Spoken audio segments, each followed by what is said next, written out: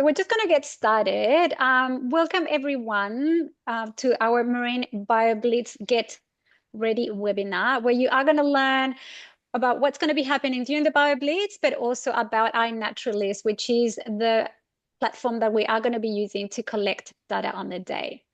Now, I would like to start by acknowledging the traditional owners of the lands where we meet today. If you are in Waverley, they are the Birigu, Birabiragu, and Gadigal people who traditionally occupied the Sydney coast. And I would like to pay my respects to elders, both past and present. I also wanted to say that we are very, very lucky to, and I'm going to share it with you, to we're partnering at the moment with 15 different organizations that have a very strong connection to the ocean. And everyone is collaborating with council to make sure that the BioBlitz take place and we get as many people from our community engaged. So yeah, it's quite exciting to be working with so many different organizations. I would like to introduce Alia Banchik. She is going to be taking the reins of today's webinar. She is a marine scientist that has a background in neuroscience and psychology. She has a master in marine biology from the University of James Cook. She funded the Finstitute, which is a student-led shark conservation group, but most importantly, she loves creating connections in between the ocean and people and making sure that science is accessible and engaging for everyone. And she does this through talks, through her photography. She's an underwater photographer with work exhibited by Canon Oceania and the ABC News. And she also participates in on tasks such as our Marine BioBlitz. So Alia, they are all yours. Oh, thank you so much for that introduction, Ale. Hi, everyone. It's nice to see you all. I'm excited to meet you all in person in just a few weeks. But yeah, I think we'll just go ahead and kick it off, talk a little bit about, what a Marine BioBlitz is, if you haven't heard of a BioBlitz, how to use iNaturalist, which is the main app that we're going to be using to get the observations.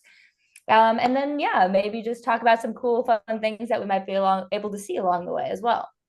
So I'm going to share my screen. Let's see if I can do it on the first try. How are we doing? Yeah. Success? Okay, sweet. So yes, this is our little introduction. We're going to go through what is a BioBlitz, how to find our specific BioBlitz page within the iNaturalist, our project page. And then we'll do a live demo. I'll show you on my phone how to get it set up and log an observation. And then we'll look over some frequently asked questions. And finally, we'll get to some cool, fun things to look out for and give you guys some time to ask some questions. How does that sound? I think we're all on mute, but I'm getting visual feedback. Okay, great. Sweet. Ooh, I don't remember making that transition, but I love that. So, what is a BioBlitz? So the Australian Citizen Science Association defines a BioBlitz as a snapshot study of a specific location where scientists in the community work together to survey and record as many species within a nominated time frame, generally 24 to 48 hours. So in other words, a BioBlitz is just kind of this big, massive citizen science push where we get people who might not have a background in marine science or in the natural sciences at all out into the world, exploring it and logging observations in a way that is scientifically impactful. So it's not just any ordinary event, it's actually a scientifically beneficial event. And everything that you do and contribute really does come back full circle to help with understanding a lot about our environment. There is power in numbers, and I think that is really what this comes down to. So, whoop. Okay, whoop. Navigating to the project page. So first things first, if you haven't downloaded the app, if you do have a phone handy, there is an app called iNaturalist. Is there anybody here who is not familiar with how to download apps or iffy? Well, if you can, on your phone, if you can find the App Store, if you find the App Store and then look up the word iNaturalist, like literally I and then naturalist as one word, you'll see. Um, Sorry, Alia, just to clarify, I think your screen's not moving on. The presentation hasn't moved on. Oh, can you see my face at all? I can see your face, but I can't. We're still on the first page of the agenda of the Okay. PowerPoint Yeah, presentation. this part I was going to show visually with my phone. So actually, it might be better to Oh, just, okay, sure. there we go. Is that better? Yeah, yeah. Thank you. Okay, good, good, good. So yeah, we go to the App Store. For me, I have an iPhone. And I'll literally look up the word iNaturalist, which looks like this. And I'm going to click on that first option. It should look like a little green bird flying. That's the one that we want to get with a white background. So feel free to, start the downloading process now and just kind of follow along, or do this later if that's a bit easier. It should not take more than a second or two to download. So that is going to be the first things first. And I'm going to now show you how to open this up and join our project page and then log an observation.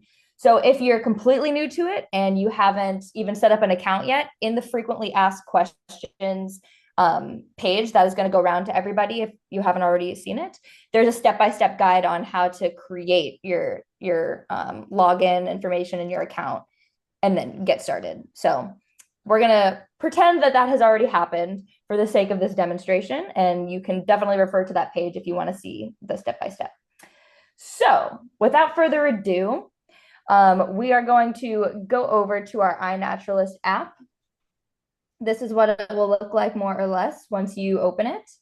I'm an experienced iNaturalist user, so I already have 31 observations logged. So yours might be completely blank if you are completely new. But what we're going to do first, after we've set up our account, is we're going to go over to the projects tab, because this is where we're going to locate our specific project for the Waverley Marine BioBlitz. So the first thing you're going to do, we're going to go to this icon in the top right corner, which looks like a magnifying glass. And then we're going to type in the name of the project, which is Waverley Marine BioBlitz. Waverley Marine BioBlitz. Yay, people are coming. And then if we spell it correctly, it will be the first and only option showing up on the page. It's this little starfish icon. So we're going to then click on this, and we are going to see this page. There's only one observation, and that was from me testing it this morning. But after our 2 days of BioBlitzing, there should be hundreds of observations on this page that we'll be able to explore. So once you're here, there's going to be these 3 buttons at the top. So I'm going to actually leave this project because I'm already in it, so I can show you guys.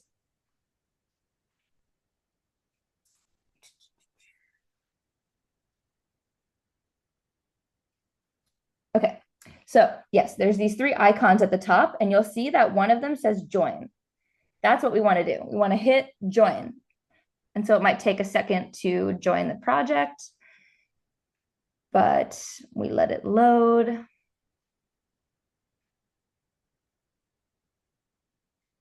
And magic happens. We're suddenly in the project. So instead of saying join, it now says leave is the option, and that's telling us we're in the project, which is amazing. So now that we're here, we're in it. We don't have to worry about it too much.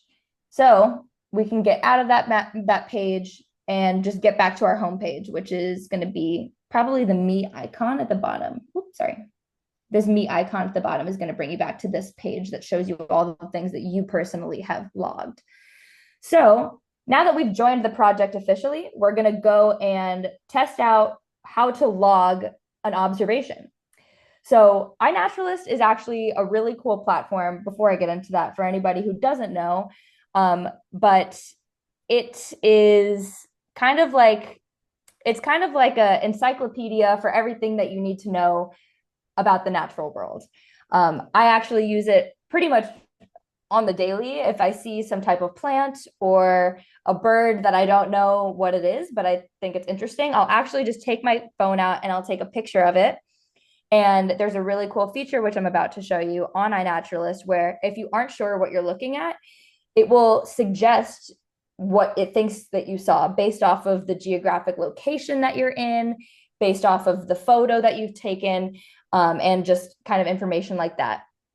And then what you can do is you can look at the options of what iNaturalist has suggested that it thinks it is. And if you find something that you do feel that matches really well, you can click on that one and log that as your observation.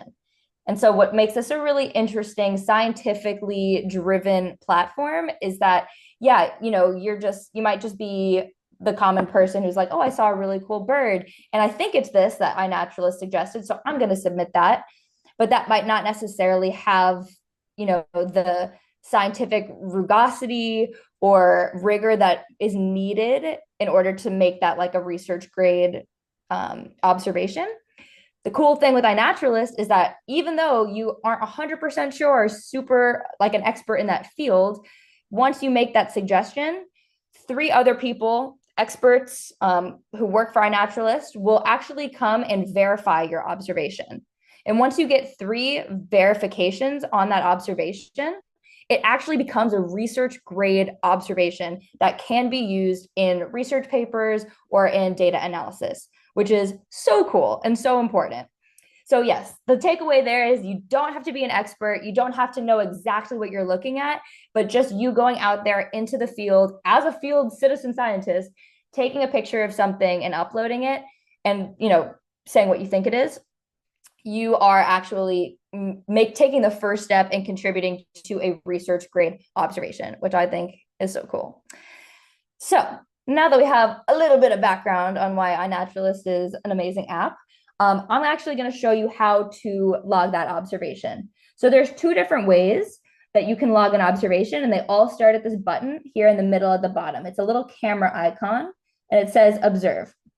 So if you click on that, you'll have these options pop up. And the 2 options that we're going to stick with for this one are camera or photo library. So we're going to be in an intertidal marine environment. We're not going to be identifying anything via sound. So we're not going to use the recording feature. We're just going to use camera or photo library.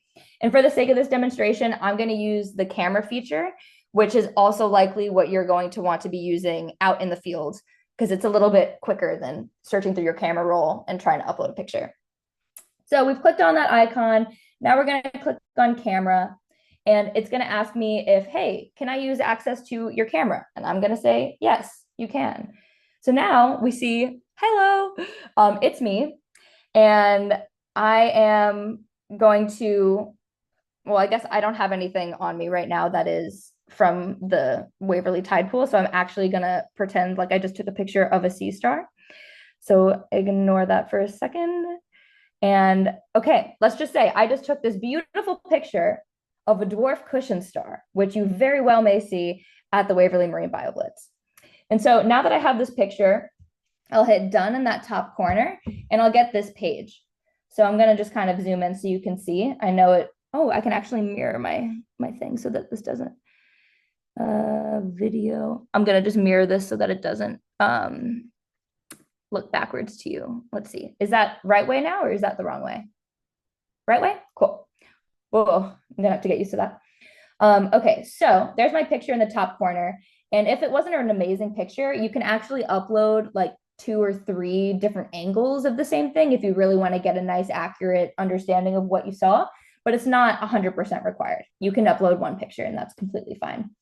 But let's say I'm just not a marine scientist. I'm just a curious, ocean-loving human, and I'm walking around and I took a picture of this thing. I have no idea what it is. There is, well, first things first, actually, if you don't have your geolocation on in the app, like you want the app to, you want to allow the app to access your location, because then it can give you geographic location information on where you're at. And I think mine is on, but you might have to like click on the location tab. Okay, so mine's not on. That's a great example of what not to do. But if you hit this little button in the bottom corner, there's like a little tiny arrow that should, if I do have my location services on, direct me back to where I am. Okay, cool. So I do have my location on. You just might have to tap on the location bit manually and hit that little arrow there, which will take you to where you are. Right now, I'm in the middle of a bunch of buildings. When you are actually out there doing the BioBlitz, you will be in the water or like right next to the water, probably, let's say somewhere over here. So you won't have to move this thing around. It'll just pick up exactly where you are and you'll be good. I'm gonna just, I actually remember exactly where I took that photo. So I'm gonna just move this here manually for myself and hit save. So that's some good information that we just gave to iNaturalist to give us a more realistic and accurate description of what it thinks we might have seen. So now we go to the coolest feature in the world, which is, what did I just see? We can click on that and then it says, you know what? We're pretty sure that this belongs to the genus Parvulastra. Parvulastra, which, you know what? I agree with, because I'm pretty sure that's the genus of dwarf cushion stars. So this is the most accurate. The first one that comes up on the list is going to be their safest bet. Okay. If we scroll down a little bit, this is then taking a little bit of a riskier approach. And they're like, okay, well, this is the genus, and we're pretty confident about that. But if you really want to go species level, we think it's one of these things. And species level is going to be, a more specific classification than genus. So this first one that they give you is always going to be their safest bet, which is probably going to be a bigger group. And then so if you see something here in the species kind of listing where you're like, oh, that's 100% it, then feel free to click that. But for me, I'm not an echinoderm expert. I'm not a sea star expert. So I'm going to say, yeah, I think let's just go with this genus of cushion stars, because that's definitely what it is. But I'm not confident enough to necessarily say I know that this is that species. How's that sounding for everybody so far? We're almost done logging this observation. That's great, Alia. There was a question whether we're meant to be following along on our phones at the moment. But I guess I'm just going to say you can follow along on the now, but there'll also be written instructions coming, and there'll also be people around on the day to assist you. And I also just mentioned, because I'm an analog user, an Android user. I'm a bit analog at times. It looks slightly different on a Google Pixel, for example. The nav is to the left rather than at the bottom of the screen, but all the same tabs that Ali is talking about are there. So yeah, there'll be more support used if you need, but this is just to show you the process of actually finding and logging an observation. And just to build off of that, this entire meeting is being recorded, I believe. And so you can see the video, hit pause as many times as you want, and slow my very fast talking down. So that should be helpful. Okay, well, to finish this observation off, this is something that I actually just learned about iNaturalist. You can see that there is a projects tab right here. And one might be tempted to be like, let me make sure this goes into my Waverley Marine BioBlitz project. I'm going to manually select that. And then I'm going to manually, click on the project that I want, because it shows up. But as it says at the top, it's actually not needed. So I can't even click on that project because it's not needed. So when I open actually this project and when our BioBlitz begins, anything that qualifies under the parameters that I have set, which are pretty much the Waverley LGA between the days of the 28th and the 29th, will automatically get recorded into our project folder. So that is one less thing that you have to worry about. I promise, as long as you are within the Waverley LGA and you take a picture and log something on iNaturalist on the 28th or the 29th, it will automatically get put into our Waverley Marine BioBlitz project page, and you don't have to worry about it at all. That sound good to everybody? It sounded great to me. Cool. Sweet. Okay. So that being said, we don't need to touch that at all. The only thing we really fiddled with was our location and asking iNaturalist, what am I looking at? So the next thing and the final thing we have to do is share. Missing date. Oh, that's because I uploaded the picture, but you won't have that notification because you will have just taken the picture in it, like right there, and it'll take all that information for you. And now we hit share. And it's uploading slowly but surely. And it's been uploaded. Yay. So this is my last observation. And if I want, I can go back and click on it and check it out. And it gives me all that information. If there's multiple pictures I took, they would slide here, but I only took one. And it shows me exactly where I logged it. And yeah, you can see the grading, the data quality down here says that it needs an ID guide. So it's still going to wait on an iNaturalist expert to come through and actually verify this observation, and that will make it research grade, which is super cool. Also, fun facts, if you're like, well, I want to know more about what I'm looking at other than just the potential genus, then that's not a problem either. If you go to this little chat bubble, you can actually see, cushion stars, and click on that and read a little bit about them and their distribution, which I think is pretty cool.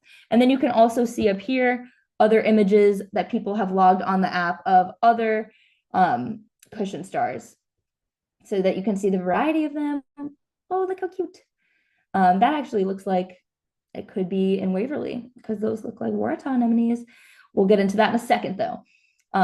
And that is a great example of how not to handle wildlife. We do not want to see this because sea stars, actually, it puts them through immense stress to be out of the water for even a second. And we don't need to be taking pictures of things in our hands.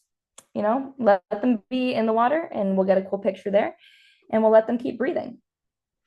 So, but we'll get into that later. More to come. That is officially how we log an observation. And I will just, yeah, that is how we log an observation. Are there any questions now that we've seen the complete process take place? You can unmute yourself at this stage and ask a question if you've got one. Otherwise, we'll move on to other things that you might see on the day and what to expect. And if you do have questions, we also have time at the end of this if you want to save them. So there's no stress there. Amazing. Okay. If nobody has any questions on that, I would just like to shout out iNaturalist one more time. Like, if you guys want to just go start practicing, our project is going to be closed until the actual BioBlitz begins, which is Friday the 28th and the 29th. But that doesn't stop you from going out into nature and finding things that you've never seen before, you aren't familiar with, and you can take a picture and just upload that and see what it is. It doesn't necessarily need to go into our project page, and it won't because it won't be open. But yeah, if you see a tree or a flower and you're like, this is beautiful, I want to know what it's called, take a picture of it on iNaturalist and see what it suggests. You never know. Cool. So I think we'll just move on to our frequently asked questions. Ale, do you want to maybe share your screen, or do you want to just highlight a few? Whatever works. I need to unmute myself. There you are. I just want to highlight just a few things in terms of like what to expect on the day and what are the things that you should be paying attention to. So the first one is who can do the BioBlitz? Anyone can do it. You don't need to have any level of experience, but if you are with children, please make sure that they are supervised at all times. You will be walking in slippery surfaces, as you know, there will be water around you. So yeah, just make sure that the kids are with you at all times. Alia was talking before about picking marine life. There are safety precautions that you should really think about before you go out there. The first one is to check the tides. the best thing to do for safety purposes, but also to get the best observations, is to go down there as close as possible to low tide. As I said before, you are going to be walking on slippery surfaces. There might be some sharp objects around. Make sure that you use the right pair of shoes. Try, don't go bare feet. Just use like shoes that are made that for like slippery surfaces. Make sure you have a hat, sunscreen, long sleeves on the day, water, but also do not handle marine life. It can be really stressful for the marine creatures, but at the same time, you can, we might end up with a safety incident. So don't put your hands in holes or crevices where you cannot see what's inside, because the creature might sting you or bite you to protect themselves. So yeah. The other thing is, don't turn your back to the ocean. You never know when you might get a big wave coming out your way. So yeah, just be very mindful. I guess that's what I'm trying to say. Yeah. The other question is what to do if you need first aid treatment. If there is a life-threatening emergency, please breathe in, stay calm, and call 000.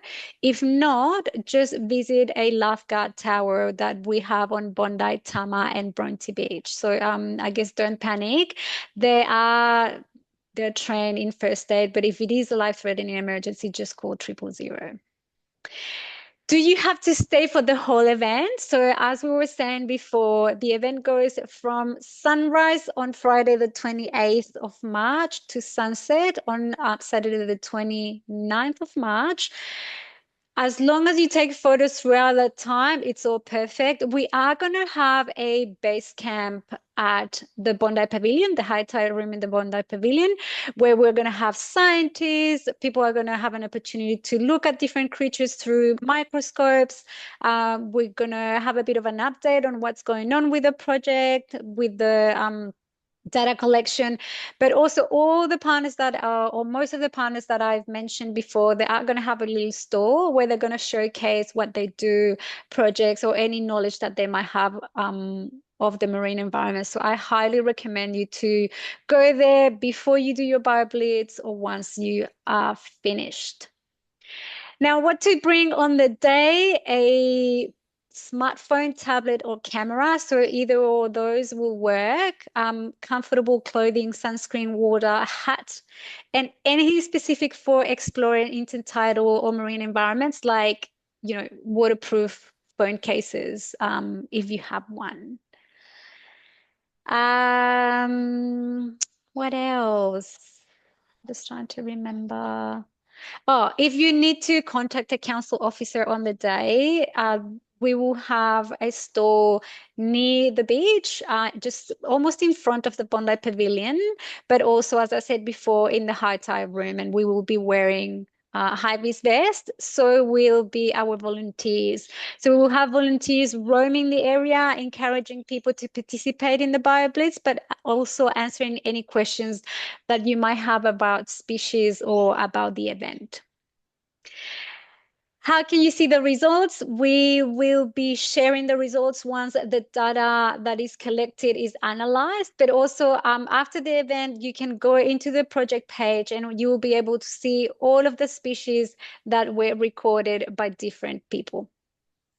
And the last thing is just like asking you we're trying to get the highest amount of people to do this BioBlitz. So we want it to be like a really big thing and getting people out there to enjoy nature, but also to contribute to science. So if you haven't done it so far, just I'm going to post it in the chat, but share the registration page with friends and family, and yeah, really encourage people to take part in the event so that we can make it very, very spectacular and exciting. I think that's it from me, unless I missed everything. No, you got everything. I just want to add a visual to what you just said about being able to actually see the observations. So I'm just gonna bring this up really quick, but this is pretty much the desktop version of what our project page looks like. So once we have once everybody's logged a bunch of observations, this number will be way greater than 2, and we will definitely have seen more than one dwarf cushion star.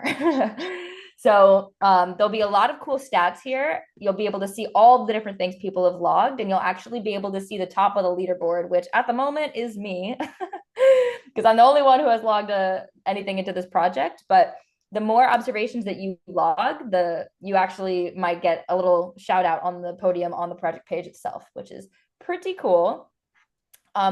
Also to add, here's a little map, by the way, of the area that we are exploring.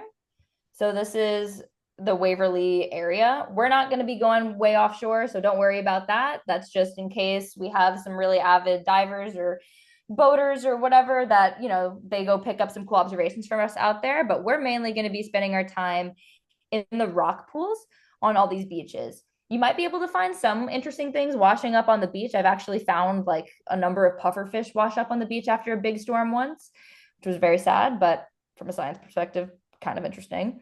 But the majority of things are going to be in the rock pools. And while birds are, a big part of marine ecosystems, we're not going to be including them in this BioBlitz. So no need to be frantically snapping pictures of seagulls and cormorants as you see them. They will not be included. Yeah, but that is the project page. I'm excited to see who takes first place. The other thing that I was going to say, Alia, is if you want to go out there with a camera and not a phone or a tablet, you can do that. Just make sure that when you get home, you log the species before 12 a.m. on the Sunday or 11:59 on the Saturday, just to make sure that it is recorded within the time frame that we have for the project. So you can do this on the phone, but also you can go to a web page that we will include in the information sheet that we will send to you after the webinar. Just quickly on that. Hi, Ian Hunter from the Gordons Bay Scuba Dive Club. Hi. Look, if we are taking photographs, can we change the date on them later on if they don't go up in time? So if we take a lot of photographs and it takes us a little bit longer, can we actually go into iNaturalist and change the date of the time that they were taken, so long as they're still geotagged? So if the time constraint here is going to be actually getting it uploaded before the project closes. Right. Okay. So like if you took it at, I don't know, 12 p.m. on the 28th, and then you uploaded it, but it showed a different time when you uploaded it, you'd be able to change that time. But you would still need to make sure that you've uploaded your image before the end of the BioBlitz on the 29th, because then it just won't accept submissions anymore. Okay, great. No worries. Thank you. Yeah, no worries. And for you, Ian, you would use the second option that I outlined a little bit in the, I think I outlined in the FAQs, but instead of uploading it from your phone, just like a picture, you would just do it from Photo Library. Yep. And you can do it on your computer as well. Good, thank you. Great question. Any other questions? Oh, Georgia, are you asking a question? I think you're on mute. Okay, sweet. All right, well, if there's no questions right there, I think I'll just show you guys the last few exciting things that we have here. And just get you excited for the Marine BioBlitz, because I don't know if you can tell, but I'm incredibly excited. All right. So we've just gone over our FAQs.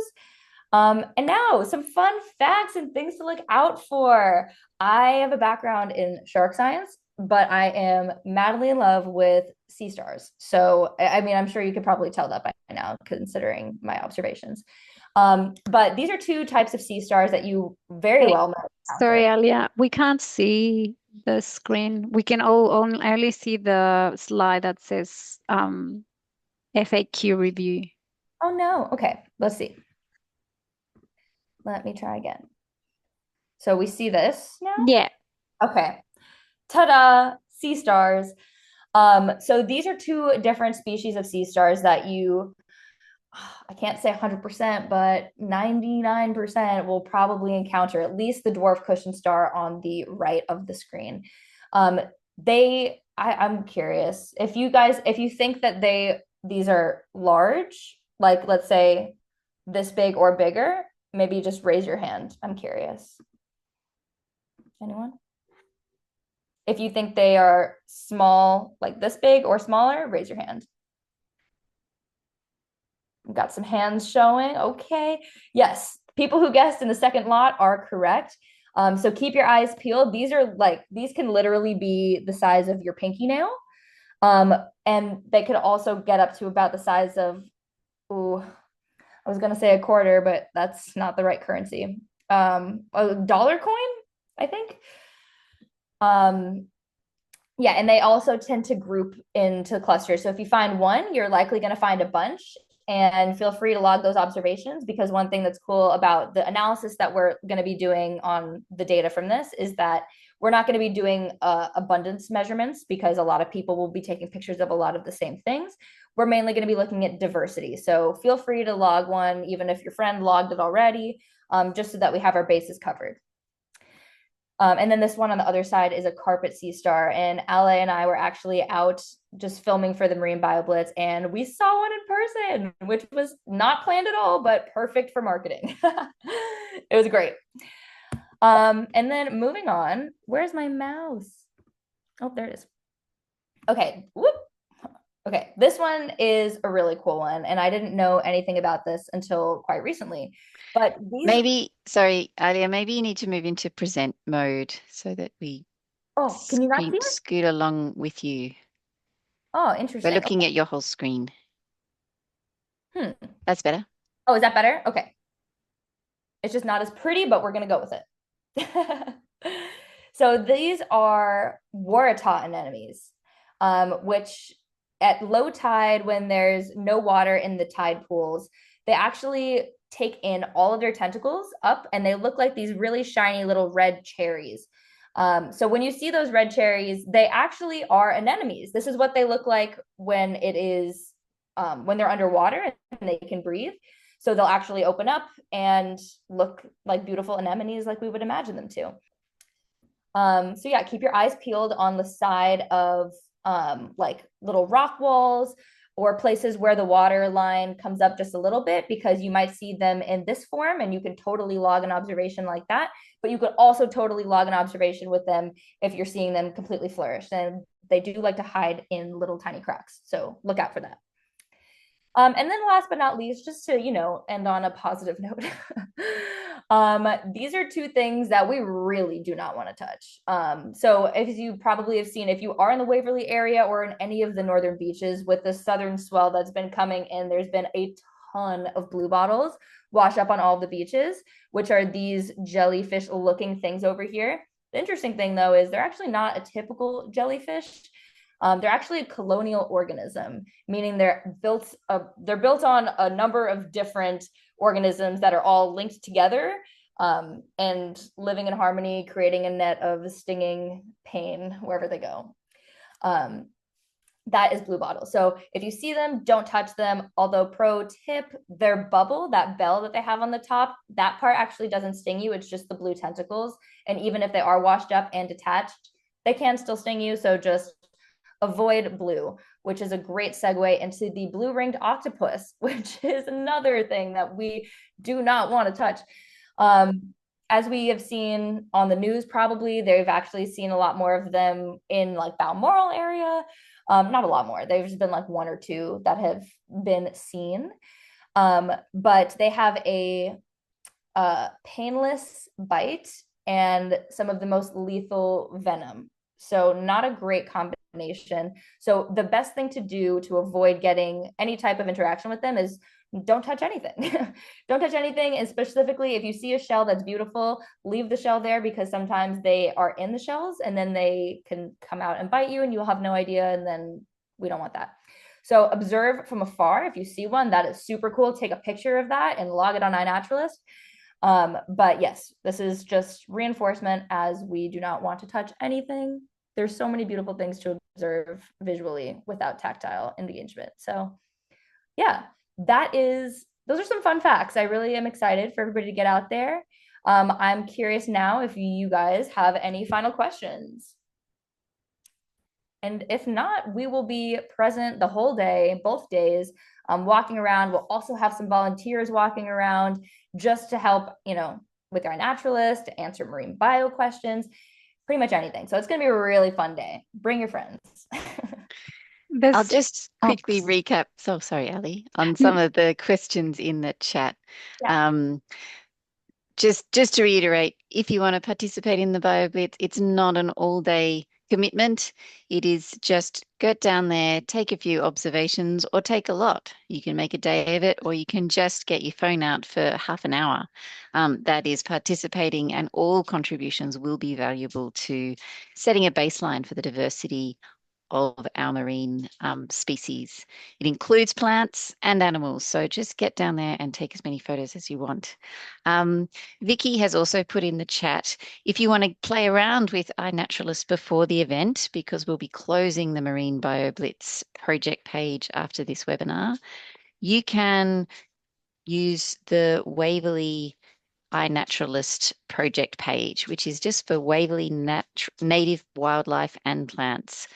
So that's if you see some seabirds or you see a beautiful coastal rosemary, take a photo, upload it, and you'll be part of that citizen science community that's already out there. Are there any more questions?